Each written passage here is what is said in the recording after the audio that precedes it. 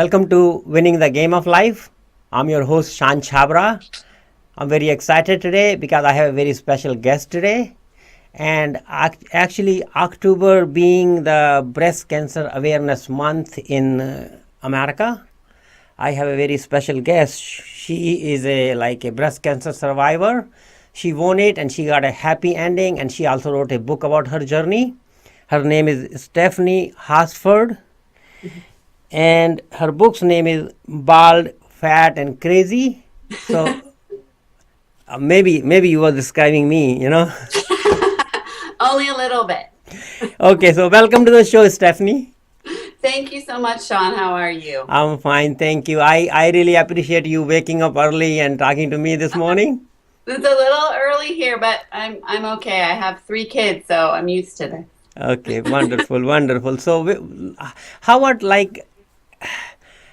I didn't try to study a lot of your life is all over the internet, all over everywhere, but I Right. wanted to hear fresh from you. So when I'm learning so fresh from you, I'm like a viewers and listeners. They may not know much about you.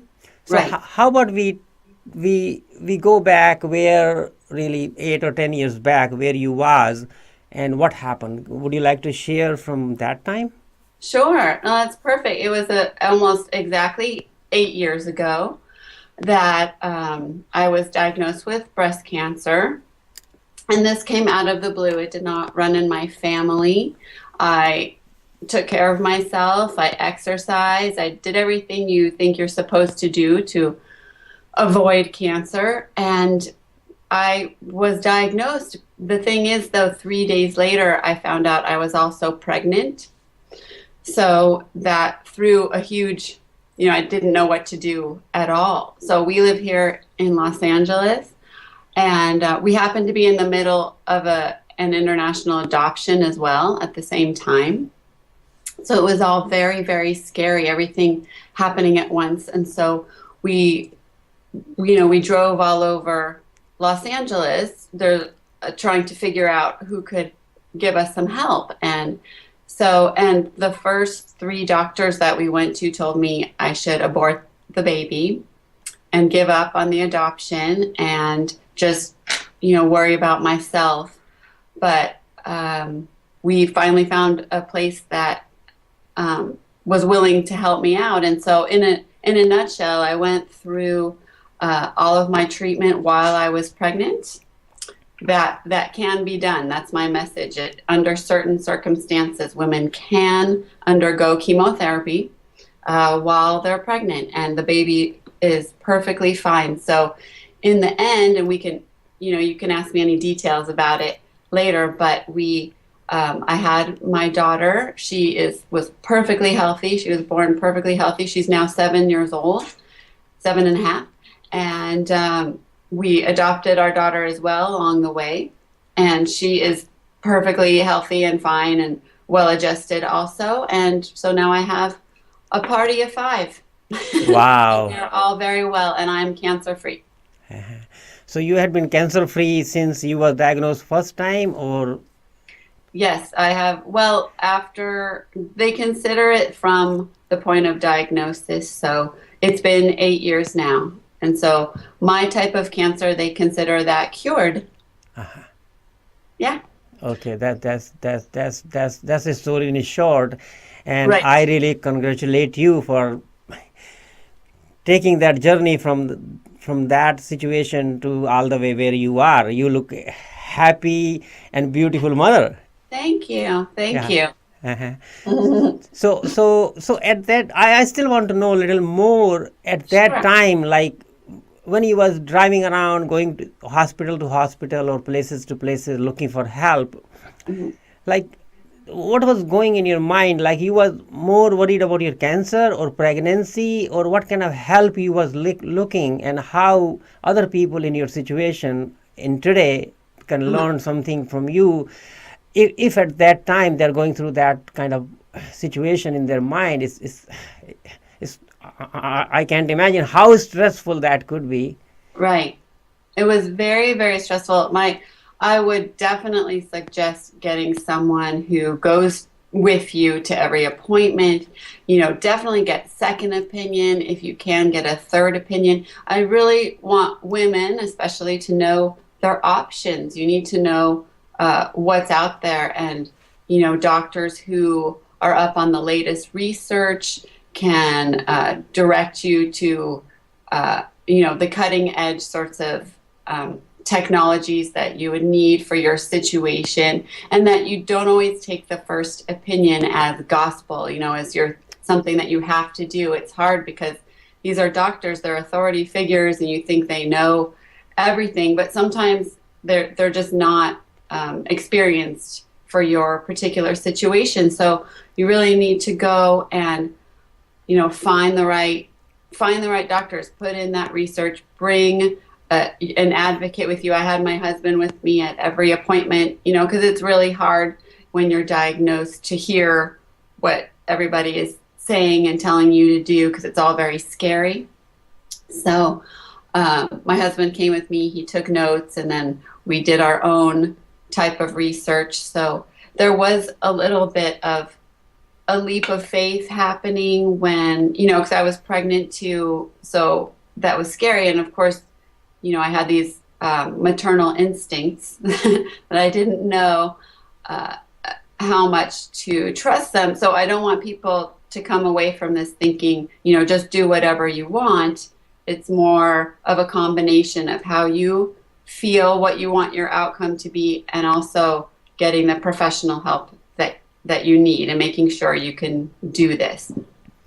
Yeah, I can understand. Like at that time, at the emotional level, it's not balanced, so you always need your husband or another advocate or doctor or other Right. friends or family to Right. support you and rethink, so that you can revisit those thoughts and make a better decision. Right. That is very important. I think it should go in the show notes. Yes. Yes. So Very. go ahead. Oh no, yes, my mother was very supportive, my sister, and you want your doctors to be very supportive of, I had to get a team together of doctors who believed in what we were going to do, not just experience, but were very positive thinking. They didn't think of me as a huge risk or a burden on them. So that was important, to keep the positivity. Yeah, because if you are trying to achieve that, and you make that decision, and doctor or some of the people there around you, they are also negative. Oh, she's trying to Yeah. do this, but nobody have done that. I don't think this. It's You don't want those kind of people around. right, right. It's all, there's this energy, and I believe it was very helpful to me to have a lot of positive people around me. But there may be some places or situations, like when you're in waiting room in the hospitals and all those areas. Didn't you see some negativity, like some other people have going through similar thing, but they show you negativity there? That's a very interesting question. I did get that quite a bit. Well, for me personally, I would look around. You're in a cancer unit. There's a lot of people going through some very difficult times, and maybe in a different situation, and they had lost their hair too, or maybe they're attached to an IV pole. They're not doing as well, and so that can be scary. But and then also people looking at me as I started to get bigger and more obviously pregnant. People would look at me like, what is going on here? Why, you're the patient, and some people would ask me, you're pregnant, you can do that? And I had to keep it, yes, I can. But then you get some self-doubt too, like, can I do this? This is crazy. But I had just had to keep focused and know and trust my doctors, and know that it would be all okay. And I was being monitored very closely by my obstetrician, and so I knew, I was getting ultrasounds all the time, so I knew that the baby was developing perfectly well. So I felt okay. It was very scary, but I knew that everything would turn out okay. But it was not an easy journey, that's for sure. I was had to I did a lot of prenatal yoga to kind of sort of bring it all into the present. It was a very day-to-day challenge, but everything is great now, so it's definitely all worth it. No, so most of the time you was in your house, home, or like it's many time you was in the hospital or hospitalized or something. Well, I was never hospitalized. I handled chemotherapy very well. Surgery, I went through surgery. That was all fine. I just, I kept fairly active as far as I would go for long walks every day. That was very important to me. I really, for the most part, though, I wasn't out and about in public too much. I was at home quite a bit, but I was never feeling really sick.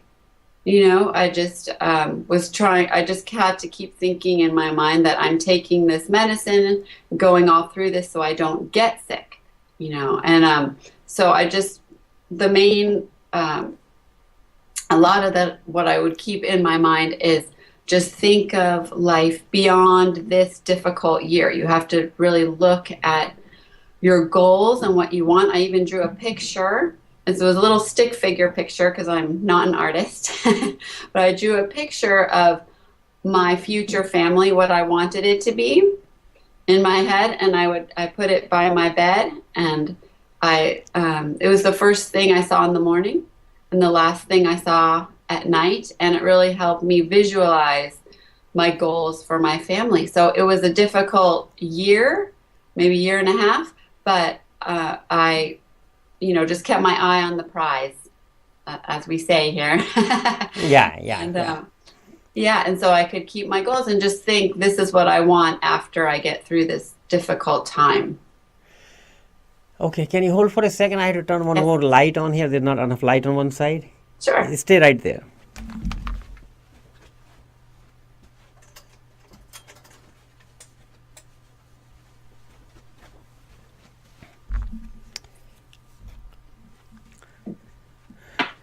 Okay, I'm sorry, but I had to ask you something.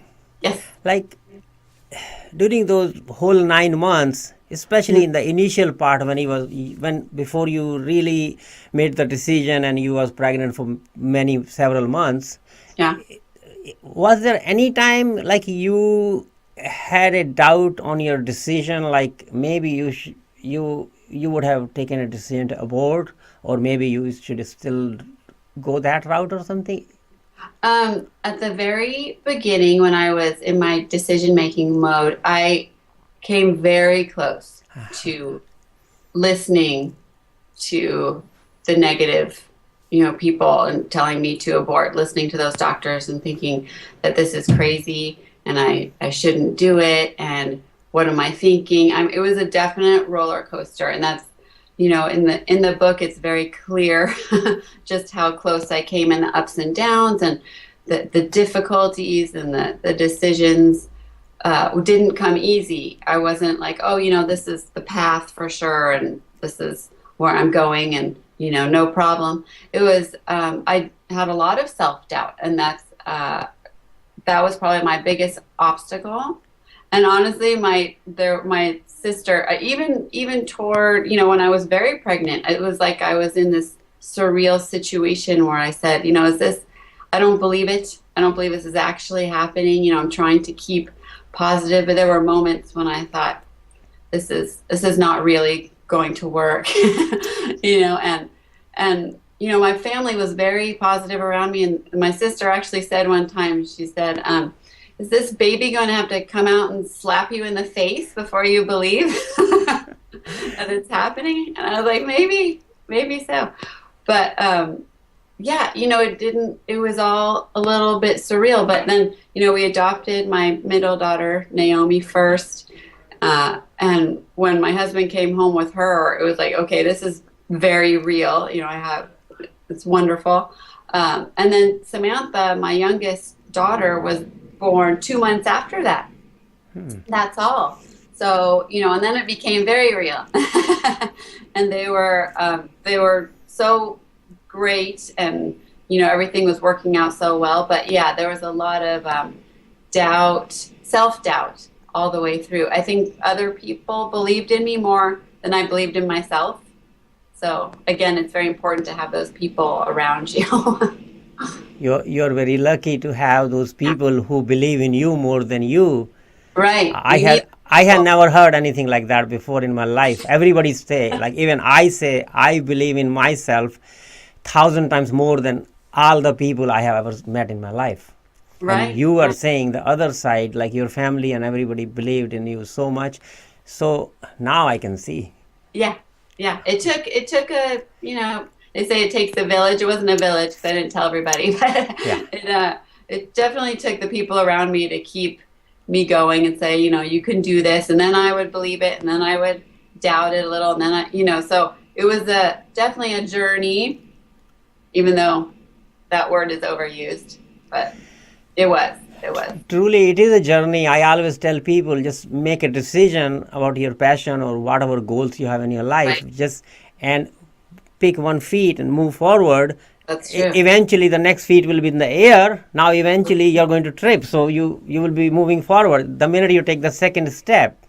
I like that. Right. Yeah, and it's true. And I did actually learn a lot on this journey. I learned about that, and I learned to believe in myself and in my abilities and and my goals. So I think that this journey, and that's, in the book too, there's a transformation of me and, believing. And now I would treat it differently, and I would tell people to, believe in themselves right away and not doubt themselves so much.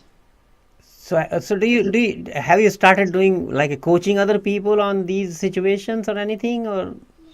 Well, people call me, friends of friends call me and say, someone else has been diagnosed, or, I'm kind of the go-to person now for advice or help with doctors or things like that. I'm not a life coach in any way. I do some speaking for the place that treated me, because they helped me so much. So I, help them raise funds for cancer awareness. Especially this month, I have some, fundraisers to go to and speak at. But, it's individual. People just come to me, and I feel like it's good. I feel like now I'm sort of paying it back. I feel like anytime you survive something, you owe it to the next person to help them through it. I tell you this, your story is very powerful. I'll come back to you in a second. But to an average person, I'm not talking about you.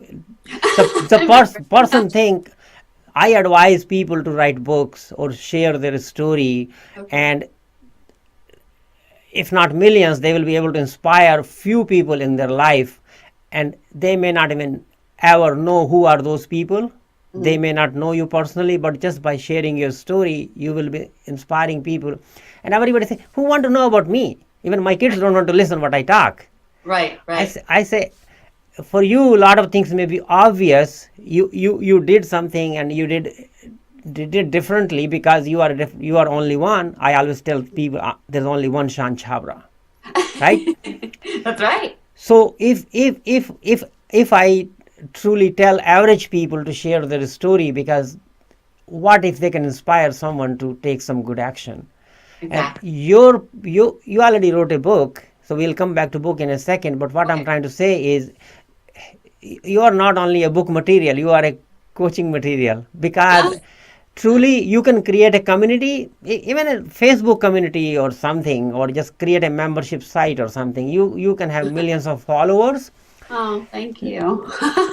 and it's not about cancer only. Like, right. It's not about women only. You can have a women organization that invite men like me to come. You will be so surprised. The men are same vulnerable. They have the same issues. They have the same problems. Right.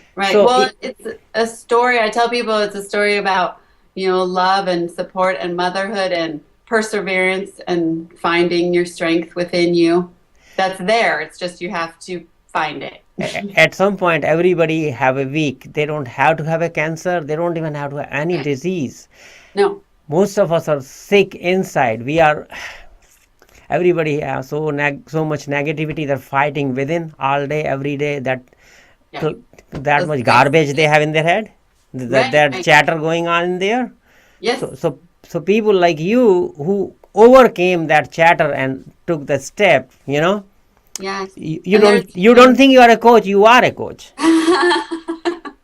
well, thank you. Right. I should believe in myself as a coach. So that's what I'm saying. So today is the day. Maybe take a step and make two members like you and me. Okay, how about that? Okay. Our club of two. Yeah. So Thank you, Shawn. That's sweet. yeah. I mean it. I'm so inspired to hear all that, and I'm just trying to connect with my chatter all day. I also have negativity. Everybody has self doubts. I had self doubts all my life. Sure. But Sure. I just learned take a step. Right. That's right. Like for example, before we start the interview, I told you I have this handicap and that handicap. English is my handicap. Emotion is my handicap. You see that? So same way everybody have. Think about that. Why I told, because I still haven't overcome that negativity yet. Right. So maybe you want to tell me about it so that you're putting it out there as you're taking. Well, it's sort of like you're taking control of it by telling me about it first, right? So that I wouldn't think something but are you self-conscious about it? Because I love the accent. I think it's great. Hey, this is your show. I don't know, people will understand me. Oh. Okay, I'm trying to bring all the people who don't understand English. So. Oh, nice. Okay. No, that was a joke. Nah.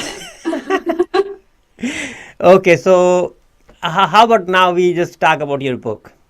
Okay. Right. So how you came up with the idea even to share your story? What was the reasoning? You just wanted to share your story, or somebody had been asking you, or how it started actually? Well, so actually it was my husband that's who I just waved goodbye to. He's leaving for work. He suggested I write the story just for me, just for, catharsis, so I could get out some thoughts. He thought I had a lot of things to say. And so, I said, no. I didn't want to, I thought, relive the story. But as it turns out, it wasn't just the story I had inside. It was a lot of emotions. And so getting it out on the computer was very great. It was very cathartic. And then,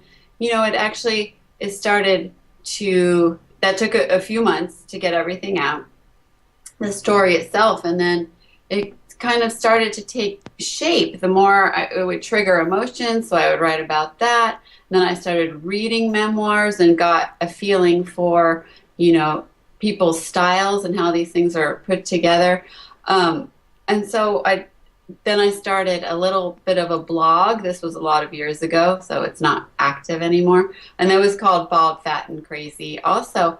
And I started to get a little audience and people wondering, well, what's happening next? And I like your writing style. And it was humorous. I add humor back in, you get some perspective and you can add humor back into a story. So, once I started thinking that, maybe I'm actually reaching some people, there was my husband again who said, maybe you should think about turning it into a book and reach a lot of people, try to get published. And I had no idea how to go about that. But, I did a lot of research and, started writing up book proposals after I was finally done. It took a long time to write because, 3 kids and all, it's difficult to find the time. But I finally finished writing and then started writing up the proposals. And there was a small publisher here that actually said, we love your story. We love how you wrote it. And it's such a inspirational story with a happy ending. And, we want to publish you. And so this was about a year ago. And then, so this book got released in June, this past June. And it's been doing really well. I got great, critical reviews and readers are actually liking it. And I mean, once once they actually give it a chance, because a lot of people they think it's just about cancer, just another cancer book, and maybe it's negative or sad, or, everybody has a cancer story, it seems like, but it's actually different in that there is the twist of, the pregnancy, the adoption, and, there is humor, and it ends very nicely. And when I was going through my own journey, I couldn't find a story like this. I couldn't find a story that was honest, but humorous, and then had hope as well. I call it the 3 H's: honesty, humor, and hope. Wow. And so it's been doing great, and it's been very, very, like I said, it was very cathartic for me to do this, and I feel like I just had to finish it. I had to bring it to people. And the great thing is that, right, you don't write a book to make money. You just don't. There's no money in it anyway, but you write it because you feel you have a story to tell, and maybe you want to help some people. And so the feedback that I've gotten when someone, contacts me and says, you really helped me. I read your story while I was going through treatment, or, I gave this story to my aunt, or, I lost my mother a long time ago, and this brought up wonderful, emotions for me to get out. It makes it all worth it. The feedback is so positive. So I mean, the happiness you can get out of that, like you can't weigh that in money. So no, there's no other way you can get that kind of positivity. It's good for you, good for your body, mind. It's great. The other side is you're putting with memoir, you're putting yourself out there. Yeah. So no, people will, surely before they read the book, people could maybe criticize, oh, what were you thinking? But after they read it, they realize, that there was a lot of thought put into all these decisions, and that this story has a lot more than just, I had cancer and I ignored doctors, something like that. Because that's not how it was at all. So that's why you put the word bold. Yes, bald, right? I lost all my hair, fat because of pregnancy, and then just crazy. That's obvious why. No, in the next edition, maybe I can suggest you to put BOLD, bold. Oh, bold. That's a good one for part 2. Yeah. Actually, part 2, maybe part 3 can be Winning the Game of Life. That's right. That's the name of my show. It could be your 3rd book. Sure. Because you don't mind? that's what life is. You won over. It's a game. It's a game the whole time. You came out as a winner, so that's what it is.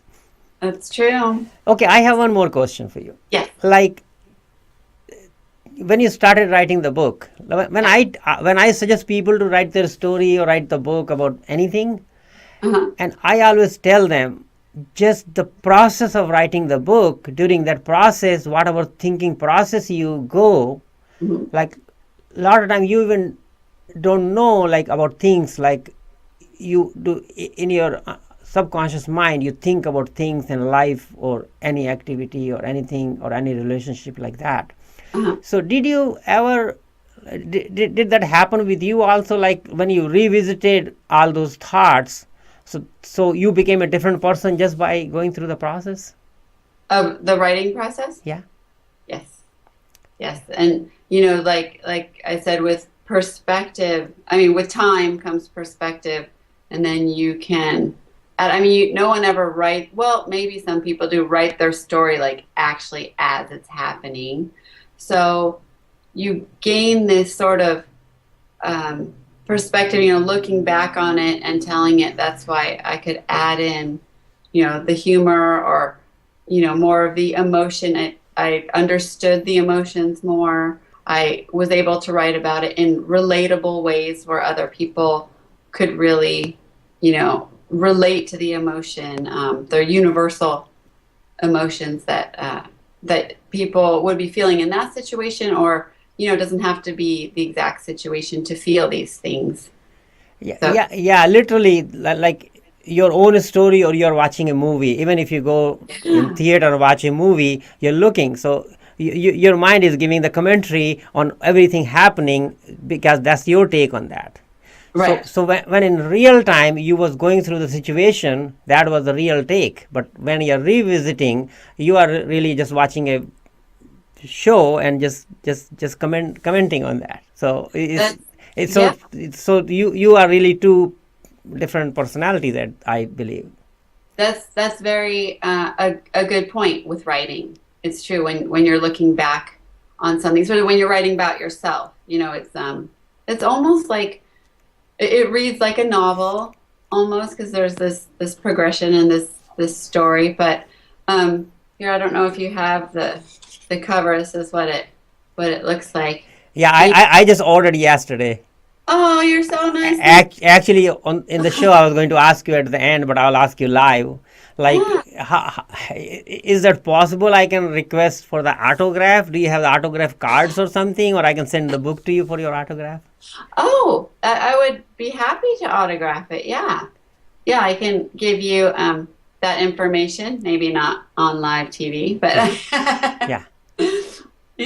But I would be happy to do that. That's great. Yeah, it's and it's available everywhere, so people can get it if they'd like. And it's Breast Cancer Awareness Month, so it's very this is my month. Yeah, is the perfect time to promote cancer awareness. That's right. I know it just started yesterday. We all get inundated with the pink ribbon, and even I get like Yeah. It's so much, but it's good. Anything that can raise funds and awareness and research. We've come a really long way, even since I went through it. There have been advances in the surgeries and the treatments, and it's small steps, but they're really coming a really long way. So it's wonderful. Oh, although the small steps, if they're going in the right direction, little bit here and there, but ultimately, if they're leading to the right goal, that's all that matters. Yeah. Mm-hmm. Mm-hmm. So I wanted to ask in the beginning, but I thought let me wait. How supportive was your husband? Extremely supportive. I was very lucky that way, because I've heard of stories, stories where maybe the spouse is not so supportive. That definitely happens. But my husband, Grant, was incredibly not just supportive, but positive, just there for me every step of the way. Every decision we made was as a team, but it was also, he let me know, I was in the driver's seat. He wasn't going to tell me what to do with my body, but he was, there. He fought insurance. There was some, insurance issues that are just not needed. They're not necessary. And luckily, he's very much of a fighter, and he just fought those issues head on. And, he's the one who found me my doctors. He definitely took charge. So, and I know I'm very fortunate to have that. Not everybody has someone in their corner like that. So, I would hope that people have somebody, if it's not their spouse, maybe it's a relative or a friend who's really willing to, support them and just stay on top of things and help out.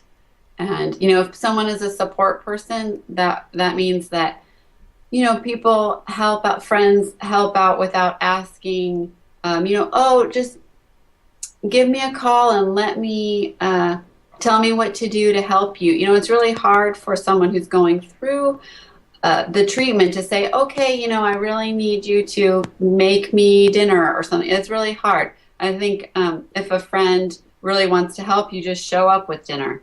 You don't ask, or, you take. I also had a son at the time. He was 6. He's now 14. Teenagers. But he was 6, and so sometimes, I would need help. My mom would just come and get him. I didn't really have to ask. So it's really, I tell people who are, what can I do for my friend? I said, just go and do it. Don't wait for her to ask you to help, because it's hard to ask for help.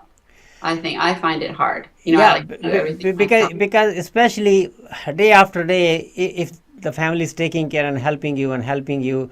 So at some point you think like that you can't ask at least, Right. so Right. No. you just close your eyes and just live with whatever you have. Right, because you don't want to be a burden or, ask people. But people want to help. I know that if I know somebody going through something, I want to help them. I think, it feels good to help somebody, and people just sometimes they feel helpless. They're like, what can I do? And I think they just need to go and do something, or actually, and also say something. I mean, a lot of people say, oh, I didn't want to disturb you. I didn't, want to call you. And I say, always call somebody. Maybe they can talk to you at that time. Maybe they can't, but they will know that you called and know. Just say, I'm here for you. I'm thinking about you. Something like that. But the call will never go unappreciated. So. Yeah, so actually, when I'm listening to you, I'm coming up with this, like your story is more inspiring for the people who are going through situations, cancer or non-cancer, or even if they're trying to open a business or having some issues in their life or family situations or anything. They can learn from you and your book and your story, like how they can overcome and win in their life.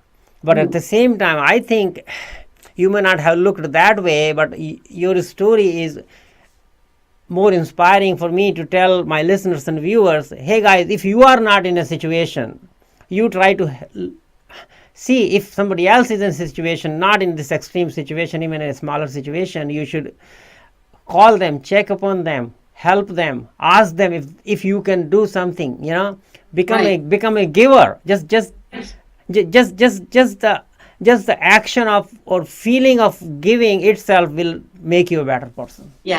Yes, and I think action is important. Like you said, the action. I had some friends who maybe they would call or email or something, but it was the friends who actually showed up, who came and just said, hey, here I am. I brought you a little something, and do you want to talk? I'm just here to hold your hand, even for a half hour. Just made a little effort. It meant the world to me when that happened, and you kind of you just really appreciate that. And so now I feel like because of what I went through, I feel like I am a better friend now. So that was another good lesson for me, is to how to treat people who are going through a difficult time. And most of it is just being there and just showing some interest and checking in here and there. How are you? Or just stopping over. It's huge. Well, I came from some poor family, and when I had to go to engineering college, I'm an engineer. I did engineering from India and all that. So we needed financial help all the time, because unless we borrow the money, I can't finish my college. Sure. So, there were people in my life, family or friends or anybody, some people could loan me the money or help the family, but there was some family who want to help but couldn't help. If they are unable to help, they are in a worse situation than mine. But as long as they have the intentions, they are on my side, they want to help. So they are wholehearted, 200% with you, and they want the best of you, and they want to do whatever best they can do. But if they can really do zero, actually I even appreciate them 200%. Right. It's just the thought, it's the intention. Right. It's in the attitude. You're exactly right, because I did have some, most of my friends were wonderfully supportive, and they would say things like, well, of course you're doing this. These are your children. This is a wonderful thing. And a couple of them, I have to say, would say like, oh, you're crazy. Why are you doing this? And that was hurtful in a way that, here they didn't bother to think that I had taken so much time to, make these heart-wrenching decisions. And I had finally come to a decision and gone forward with it. And, here I go. So you just need the people who, are helping you to move along, not people who are bringing you back down into self-doubt again. I didn't need that. So, just know, like, people who are making these difficult decisions, they've thought about it a lot. A lot has gone into it. And so I think, you can't judge people also. It's their own individual decision. So even if someone else wouldn't make that same decision, you shouldn't tell that person that. Yeah, like if you made a decision to go in this direction and people are saying, oh, you're going to fail. Right. Really? Okay, if that simply means if you was in my position and you was pursuing this, I guarantee you are going to fail. That's what you're telling me. Right. It's projection. It's the projection. So like right now, for example, English is not my first language, right? Mm-hmm. And I'm starting a podcasting in an English majority country. So people think, oh, this guy's crazy. He's going to fail. Who will listen to him? Even we don't understand him, right? I say, good. Now I want to make sure I succeed. That's exactly right. And toward the end, that's what helped me. Like, I felt like I was backed into a corner, and I kind of came out, fighting, and it made me stronger. The doubters, sometimes in a weird way, can help you, right, to come out stronger in the end. So. No, actually, is people's definition. What is the definition of success? Like, they may be thinking, I'm going to make millions of dollars a month just doing this. My goal is to surround myself with smarter people. Like, people's success story, how they won in life. They can't imagine how much happiness I can get out of that. Right. So how they are able to decide, I'm going to fail. I already succeeded by interviewing. I'm interviewing 50 people before I even launch my show. I'm launching on October 21st. You are my 23rd interview, actually. I'm interviewing 2 to 3 people every day. Wow. And me and my wife run a wholesale computer business. Right now, I'm in a warehouse in a little closet, actually. Oh, yeah. Where are you? In St. Louis, Missouri.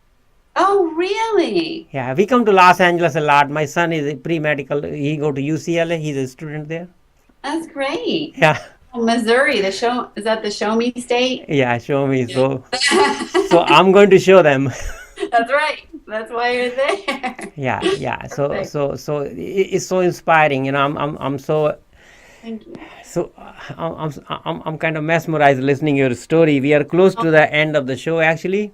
Okay. So how about Stephanie? Like, our listeners and viewers are going to appreciate and love your story, and I'm sure not only few, your story is going to inspire millions. Not even now, maybe hundreds of years later as well. Right. That's the beauty. Right. That's the beauty of the books you write. It's out there forever. Yes. So that's your legacy. Yes, and you know what?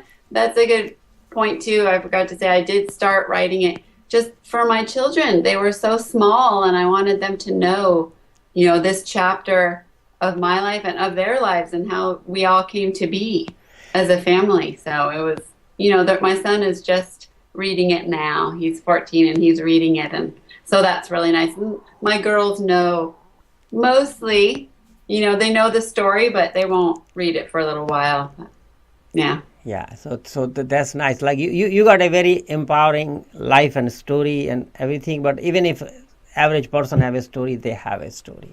That's right. Everyone has their story. Yeah.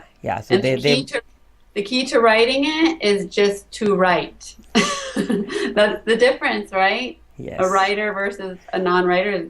Writers write. They can go to my website and ask me to send them free paper and pen. I'll do that. How about that? Absolutely, yeah. And people have to realize writing is a slow process. It's not something that happens right away.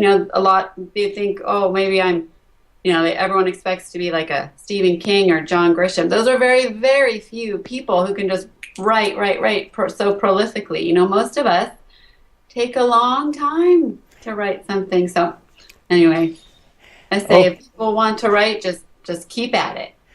Okay, how about before we end the show, I would like to ask you and tell my listeners and viewers, like, if somebody is in a situation,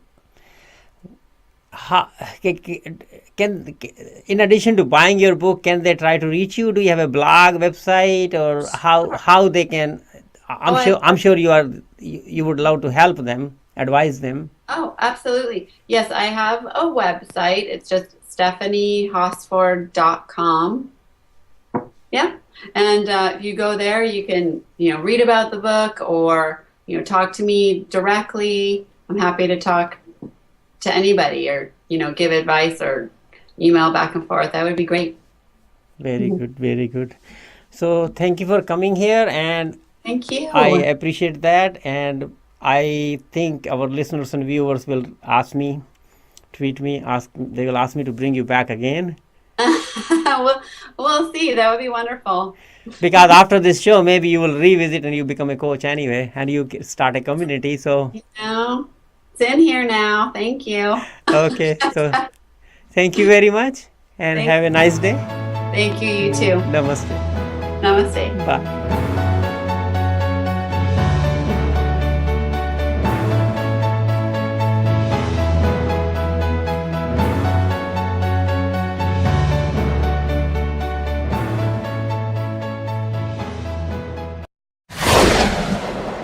Do not throw that old phone away. Your trash may be hidden gold. We want your old device and will pay top dollar for it.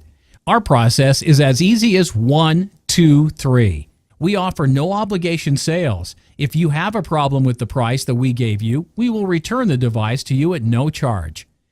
Fast payment, free shipping, free data wipe, risk-free transaction.